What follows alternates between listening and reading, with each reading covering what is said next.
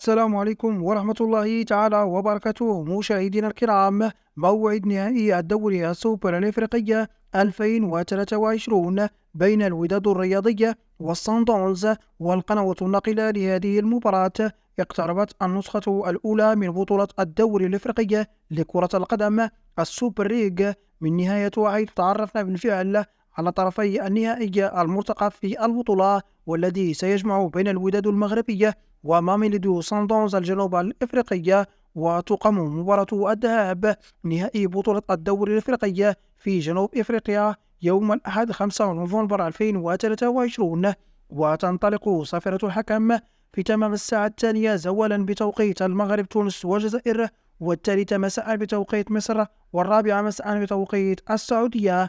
وتذاع مباريات الدوري السوبر الإفريقية على قنوات الرياضية المغربية، وكل من قناة أبو ظبي الإماراتية وشبكة قنوات بين سبور القطرية. كان هذا كله ما يخص حلقة اليوم.